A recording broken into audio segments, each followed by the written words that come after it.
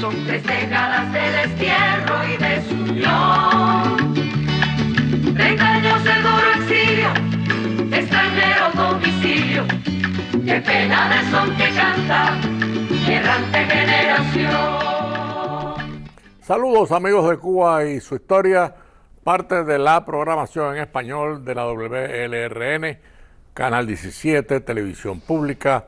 Mi nombre es Alberto Müller. En el día de hoy, Cuba y su historia prosigue una programación que hemos iniciado en este año sobre los presidentes de la República. ¿Por qué le damos tanto interés a esta programación? Bueno, porque la República de Cuba o la nación cubana está viviendo una crisis existencial, un colapso económico. Algunos vaticinan una nueva nación, una nueva república con democracia y libertad. Y entonces analizar los presidentes de Cuba de una u otra forma nos da el conocimiento de no repetir las sombras y los errores de la República e imitar las luces de la República, que son muchas. Y con nosotros tenemos a el profesor Félix Cruz Álvarez, que nos ha acompañado en toda esta programación de por sí muy exitosa, con muchos oyentes. Hoy nos toca Mario García Menocal. Tengo la dicha personal de conocer a todos los Menocal, de toda la familia, inclusive Georgina, que ya murió, el sacerdote, en fin, una familia muy decente. Ahí tenemos la foto de Mario García Menocal. Analizar a Mario García Menocal, doctor, no es una tarea fácil. No. Porque es un hombre que viene de la guerra de independencia, es un caudillo, y después cometió algunos errores imperdonables en su gestión, además de otros que vamos a señalar. ¿Cómo ve usted la figura de Mario García Menocal? Bueno, fíjate, poniendo primero en perspectiva al personaje, ya diste su primer dato. Participó en la guerra de independencia del 95 y llegó a tener el grado de mayor general, que ganó cuando el sitio de Victoria de las Tunas, en una batalla tremenda donde fue derrotado el ejército español. Llegó a tener, joven todavía, el rango de mayor general. Sí. Y tiene otra cosa también que en aquel momento pues luciría hasta como una cosa extraña. Era graduado de las universidades norteamericanas, creo que de Pittsburgh, y era graduado como ingeniero. Hablaba inglés perfecto. Perfecto, ¿no? Educado en los Estados Unidos. El Central Chaparra se debe a él. Y era un experto en cuestiones azucareras. Se dedicó precisamente como ingeniero al fomento de la industria azucarera en el país, mientras no estuvo en actividad de tipo político. Ahora era un individuo controversial en un sentido. Por otra parte, era hombre de carácter afable. Por ejemplo, lo pintan como el mayoral. En realidad, lo menos que tenía era de mayoral. Todos sus biógrafos, todos los que lo conocieron, aquí mismo Santovenia, Shelton, todos ellos, el mismo Portel Vilá, lo señalan como un gentleman. Era un hombre afable. Era un hombre afable, ¿no? De maneras, muy educado, tenía alta cultura, alta preparación académica. Toda su familia es así, ¿eh? Sus hijos, sus nietos, la hija, todos son personas encantadoras. Inclusive, precisamente por eso, perteneciendo a una familia de lo que podríamos llamar la aristocracia nacional, era un hombre popular, un hombre que se ganaba el afecto de la calle, del pueblo. Llegó a ser un caudillo político. Y decían, no, el caudillo de los conservadores, sí, pero es que hay una idea extraña. Conservador en Cuba, en aquella época, era lo mismo que ser liberal. La ideología política era la misma, el liberalismo político, la democracia, la libertad absoluta, el Estado gendarme, no interventor. Digo, tanto un conservador como Menocal, como un liberal como José Miguel participaban de la misma ideología, de origen inglés, igualita. Y entonces Menocal, inclusive el Partido Conservador, a diferencia de lo que muchas, agrupaba personas, negros, blancos, individuos, obreros, profesionales, igual que el Partido Liberal. O sea, él no representaba en realidad una élite por su familia, pero en lo político era un caudillo popular que arrastraba muchedumbre. No, y posiblemente de los primeros presidentes de la República de Cuba, Menocal sea uno de los más preparados. No, de los primeros, era él y Zayas.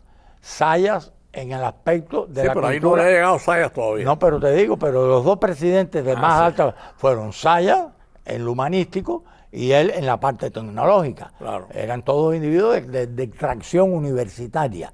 Pero te digo, no se le puede ver como lo pensaban. No era un individuo adusto, no. Al contrario, era un caudillo que arrastraba masas. Sí. Y tiene una cosa, sobrevivió a la vida política cubana, que fue muy turbulenta a partir de Gerardo Machado hasta el año 1940, que hubo revolución, hubo cambios políticos. Él estuvo en la actividad pública, aspiró inclusive en el año 1936 a la presidencia de la República, murió en 1941, activo en la política. Él asume la presidencia de las elecciones del 13. Del 13, que fueron limpias, unas elecciones presididas por José Miguel, que quiso dar ejemplo de limpieza y respeto a la voluntad popular y aceptó perfectamente el triunfo. Bueno, cuando se habla de José Menocal. Miguel Gómez hay que decirlo con mucho énfasis, sobre todo por lo que estamos diciendo ya al principio del programa.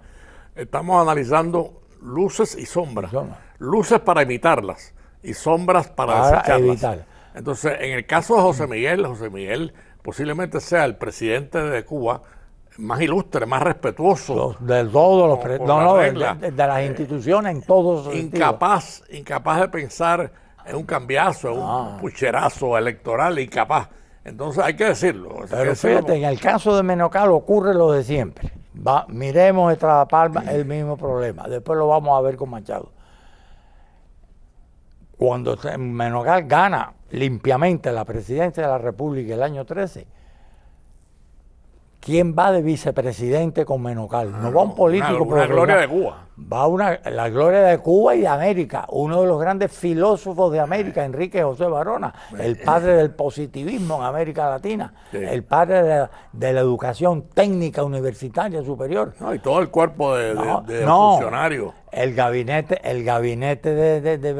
de Menocal tenía una cosa. Había liberales y había conservadores y figuras de un prestigio. Montoro era el secretario de la presidencia. Sí.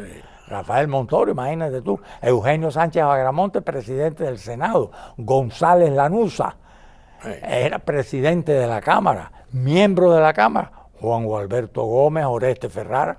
Óyeme, era impresionante. Sí. Era un congreso que había que ser muy presidente para. Además, hay una cosa que hay que decir. Hay que decirlo con mucho énfasis. El gobierno de Menocal hizo algunas cosas sumamente positivas para la historia de Cuba. Sí, seguro. Y ahí te dejo con ese tema. Porque fíjate, Menocal es uno de los presidentes que más combatió lo que pudiéramos llamar la politiquería barata en la vida pública cubana. Lo demuestra que fue uno de los presidentes que puso más vetos a leyes que consideraba insalubres para la nación cubana en lo político y en lo económico. Él acabó, por ejemplo, con toda aquella serie de contratos oscuros para dragados de puerto, que eran unas cifarras. En ese sentido fue unas cogiocas. Absolutamente, en ese sentido, en su primer periodo, porque él fue absolutamente estricto, reconstituyó el Poder Judicial, estableciendo la ley que exigía que para ser miembro de la judicatura a cualquier nivel, desde juez municipal hasta magistrado supremo, había que tener probado título de abogado y ejercicio de experiencia. Y quizás lo más importante de él, las dos cosas más importantes de él, consolidó la importancia de la industria azucarera para la economía de la República de Cuba. Y algo fundamental para cualquier economía, creó la moneda nacional. Antes de Menocal aquello era caótico. Sí. Lo mismo se aceptaba el louis francés, la libra esterlina, el dólar americano, el duro, el peso español. Y eso con sus fracciones, claro, que aquello era caótico. Y en cambio Menocal impuso el peso nacional con sus variantes, peso oro, peso en plata, Lo único que no se hizo, no era tampoco una costumbre, la moneda en papel. Todo era la moneda, el famoso centén, que era la moneda de oro de 5 pesos, y la pelucona, que era la moneda de oro de 20 pesos. Claro, era una moneda sólida, pero había el problema. Manipular, llevar por ejemplo 1.000 pesos para pagar una cuenta en pesos plata, que yo en mi tiempo todavía corría en esos tiempos, esos pesos plata. Era plata 999, un peso gordo así de plata legítimo. Era un peso. Tú tenías 100 pesos. Eran 100 discos de plata que pesaban un quintal, eso no era fácil llevarlo en un bolsillo ni nada, pero él creó la moneda, ya moneda cubana, con cuño cubano, metálica, lo mismo en oro que en plata y en níquel. Él creó el centavo, la moneda de 5 centavos, entonces de 10 centavos hasta el peso era en plata en sus distintas nominaciones. Otra de las cosas importantes de Menocal es el Poder Judicial. Lo cambió completamente. Bueno, por algo tuvo a José Antolín del Cueto, que era una eminencia jurídica, no en Cuba, en el mundo de habla hispana, que fue su presidente del Tribunal Supremo, y a Ángel Betancourt también. Sí. No, y el ministro de Justicia que tuvo fue nada menos que Cristóbal de la Guardia. Que Cristóbal de la Guardia, ministro de Menocal, no solo era un abogado eminente, era un jurista que vivió muchos años. Todavía en el año 1943, Cristóbal de la Guardia, que fue ministro de Justicia en Menocal en su primer periodo, publicó un ensayo que todavía hoy debía leerse. Ahí está en la Universidad de Miami, hay un ejemplar, que se llama De los vicios y defectos del criollo y de sus remedios, con un subtítulo: No bastan reformas de leyes ni cambios de sistemas de gobierno. A quien hay que reformar es al criollo. Eso era el ministro de Justicia de Mario García Menocal. Mira la mentalidad que tenía. Sí, porque lo rodearon eminencias en todos los campos. Y profesionales. Y creó un ejército. Bueno, se puede, aunque José Miguel creó y consolidó lo que le llamó la Guardia Rural, con Monteagudo como jefe de un ejército, Menocal no creó el ejército de la Guardia, creó el Ejército Nacional, que por ejemplo, que tenía una cosa: en ese ejército no había generales, eran coroneles. El jefe del ejército en Cuba, hasta el año 33, lo más que... Sin embargo, hay una cosa que obviamente hay que ponerla en el tapete, ¿no? Y por supuesto es más bien una sombra para él. Y me refiero a las elecciones del 16 para la reelección de Menocal, en donde viene el famoso cambiazo. Ahí toda la corruptela para ganar las elecciones. Ahí se produjo el mismo problema del narcisismo político, que después hundiría a Machado. El mismo. La corte política, como en todo esto, en la política se hacen compromisos. Entonces, aquel brillante congreso que tuvo Menocal al principio se fue desgastando. Entonces empezaron los políticos profesionales a carcomerlo. Sí, entonces apareció el amiguismo, el compromiso personal, y la única manera de salvar el interés personal es mantener al caudillo que lo representa. Entonces vino la corte aquella. Menocal en realidad en principio no tenía la idea de reelegirse, eso no era, ya se había tenido la experiencia, pero eran los asesores. Todo aquel grupo, y no hay que mencionar nombres, lo convencieron, porque legítimamente podía reelegirse por la Constitución de 1901. Podía reelegirse, no era el primero. Lo que pasa es que las pierde. Pero el problema es ese, que le hicieron creer o no hubo visión política pensando que podían ganarlas. Pero nada menos que el Partido Liberal, y era una república de dos partidos, nada más, liberal y conservador.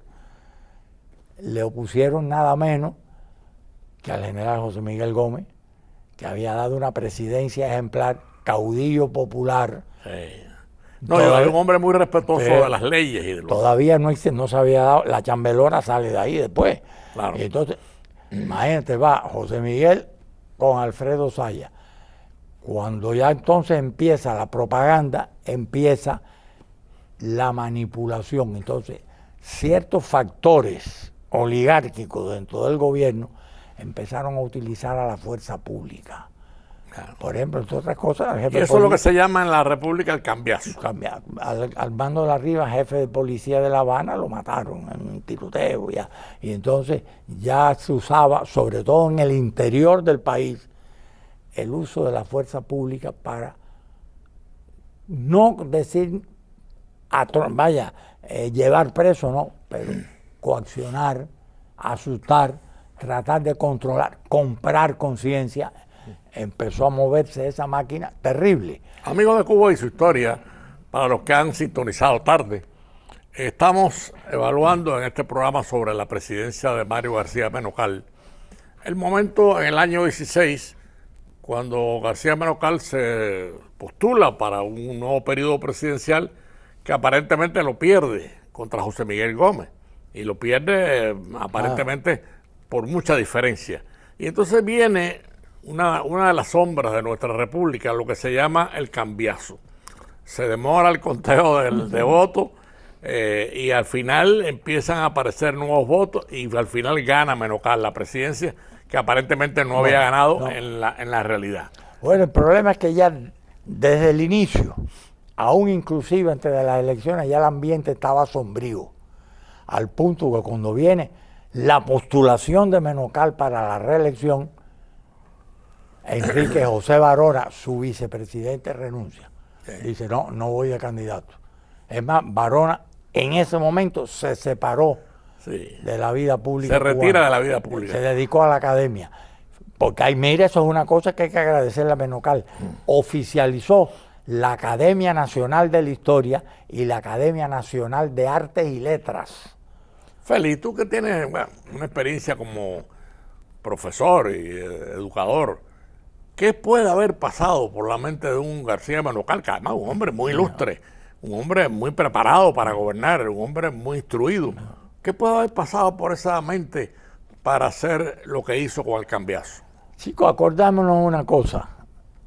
Primero, no podemos pensar que lo hizo por razones económicas, porque si algún presidente tuvo una situación de rico en Cuba, fue Menocal. Siempre lo fue. Y sobre todo sus vínculos con la industria, la central Chaparra, todo aquello. Acuérdate una cosa, todos los seres humanos tienen adentro un gusanito de, ¿cómo diríamos?, de narcisismo, de autoestima, y cuando se oye, el yo, cuando se alimenta el yo, los cortesanos, eso hundió a Napoleón. Cuando Talleyrand advirtió a Napoleón, no invade España, Fouché le dijo, sí. ¿Por qué? Porque Fouché quería seguir siendo ministro de policía. Claro. Y el otro, y el otro, y el otro, y la parentela de la mujer, los Guarnés, toda aquella gente. Y Napoleón se hundió en las estepas, en la llanura de Castilla, y después se lanzó nada menos que conquistar Rusia. Se lo comió la nieve del invierno de 1812. Sí. Bueno, eso pasa. La vanidad humana es terrible, tú. Por ejemplo, nunca con Saya pudieron hacer eso. Saya pensaba más lejos. Pero bueno, el caudillo... No, ni con Gómez tampoco. No, José Miguel Gómez jamás aceptó eso. Entonces, el problema es uno, que ya entonces Menocal va a una reelección, su candidato vicepresidencial es un hombre ilustre, el general Emilio Núñez. Sí. Y no hay duda que, por ejemplo, aún en el segundo periodo, que ya viene lastrado por ese problema, Menocal crea esas leyes de los tribunales, de la moneda nacional, creó muchas escuelas normales. Creó muchas escuelas normales y sobre todo la parte académica. Sí, no fue un mal gobierno. No, en ese sentido no se puede. Y desde el punto de vista económico fue uno de los más prósperos del país. Claro, coincidió con la Primera Guerra Mundial y los precios del azúcar, que después terminaron en la bancarrota del año 21. Cuando todo aquello... Pero no fue culpa de Menocal. Era culpa de la economía mundial que se desplomó al terminar la guerra, que ya el azúcar no valía nada. Como no valía tampoco el cobre, ni valía nada porque ya no había guerra. No, el hecho es que ahora, el problema es ese, lo que pasa la historia de Cuba como una sombra preocupante. Mira, hay un libro que en eso te lo explica clarísimo. Inclusive hay un detalle que mucha gente no sabe. Raimundo Cabrera, el padre de la antropóloga Lidia Cabrera, era uno de los brazos derechos de José Miguel Gómez. Hombre del 68 y del 95. De las dos guerras. Sí, fundador del Partido Liberal, fue miembro del Congreso de la República, Raimundo Cabrera. De ese periodo de Menocal, él publicó después un libro Yo lo tenía en mi casa. Bueno, en mi casa estaba porque mi familia es liberal y ese libro estaba inclusive autografiado por él. Conocí a mi abuelo, fue fundador del Partido Liberal en el año 5, en fin, que se llama Mis malos tiempos. Así pone Raimundo Cabrera, y mis malos tiempos fueron la época de la rebelión de la Chambelona, que así le pusieron cuando se produjo. Las elecciones se hacen en noviembre y llegaba febrero y no hubo. Y no había resultado. No había resultado. Entonces, los liberales se rebelaron en armas y no es como mucha gente piensa, un grupito. No, llegaron a controlar la provincia de las villas de Camagüey y de Oriente. No, la rebelión fue fuerte. Fuerte, inclusive la mitad del ejército se unió a José Miguel Gómez. La presidencia de Menocal se tambaleó. ¿Quién lo salvó? El embajador González, que invocó la enmienda Plaza. Si ustedes no terminan esto, ese es otro misterio. Era cubano, de origen cubano, y era embajador de Estados Unidos. El embajador americano termina apoyando a Menocal. En razones de mantener la estabilidad del país. Pero entonces... Sí, pero ¿a qué precio? No, el problema fue uno, que al ver esa situación, el ejército combatió duramente a los alzados. En la batalla de Caicaje, donde murió el capitán Lorenzo Hernández Estrada, que era el padre de una tía política mía, abrazando a José Miguel. Cuando le dispararon, la bala la cogió él y murió. No lo matan por eso. No, por eso no matan a José Miguel. Ese señor, una hija de él fue tía política mía. O sea, que la rebelión de la Chambelona fue fuerte. No, dominaba. Ahí el general Caballero murió. Por ejemplo, murieron políticos. Nicolás Guillén Osorio, el padre del poeta Nicolás Guillén, era senador eso es mentira, que Guillén era pobre, de cortador. Su papá era senador rico de la provincia de Camagüey por el Partido Liberal. Ahí está, el padre de Víctor Vega se va. Ese Caballero que tú mencionaste. El general Caballero. Pero era camagüeyano. Camagüeyano, jefe militar de Camagüey. Es famoso el telegrama que se hizo público. Después, cuando cogen al general Caballero preso, que se rinde, en Ciego de Ávila, el telegrama a La Habana. Preso el general Caballero. Respuesta: envíen su cadáver a La Habana. Y eso se hizo público, fue un escándalo. Tú sabes que yo tuve la oportunidad de conocer a un hijo, que es Gustavo Caballero, que fue capitán con Hugo Matos en la época revolucionaria. Y después, Gustavo, cuando nosotros nos alzamos en la Sierra Maestra por el directorio, se unió a nosotros. Es una familia de una tradición mambisa tremenda. Virtuosísima. Virtuosito de Camagüey. Y el padre Nicolás de Guillén era inclusive mestizo, senador de la República. Era un prohombre en Camagüey. Pero era gente próspera. Sí, fue senador de la República. Sí. Y de ahí que Guillén fuera hijado de Gerardo Machado, porque Machado lo bautizó cuando nació, porque eran del mismo partido. Yo diría, Félix, que la República, o sea, la democracia en Cuba, quedó profundamente herida con el cambiazo de Menocal. Empezó el cambalache. Entonces, por ejemplo, ¿cómo terminó después de aquello? Por ejemplo, como iba a decirte, Raimundo Cabrera describe aquello. Todo aquello llegó al final del conteo. La diferencia no llegó ni a 100 votos. ¿Tú sabes cómo? ¿Dónde eran? En 2 colegios electorales en la provincia de Matanza, en Jagüey Grande. Un pueblecito se llama Pedro Barbo y Guadalupe.